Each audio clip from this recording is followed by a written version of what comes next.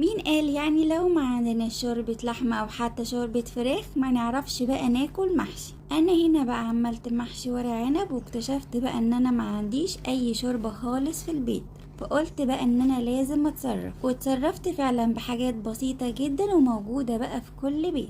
جبت بقى مج كبير فيه مية، وحطيت فيه مكعب ماجي وكمان معلقة صلصة كبيرة، والمعلقة دي بقى كانت من صلصة المحشي، وحطيت كمان رشة من الفلفل الاسود وكمون وكزبرة ناشفة وملح والسبع بهارات، وكمان عصير ليمون لاني بقى كنت عاملة ورق عنب. وجبت بقى الحلة بتاعتي وحطيت فيها بقى المج ده، وكمان زودت مية لحد بقى ما غطيت الورق عنب كله بالمية، وهزيت بقى الحلة كده علشان كله يتجانس مع بعض، وغطيت بقى وسبته يستوي على نار هادية، وبجد كان احلى محشي ورق عنب.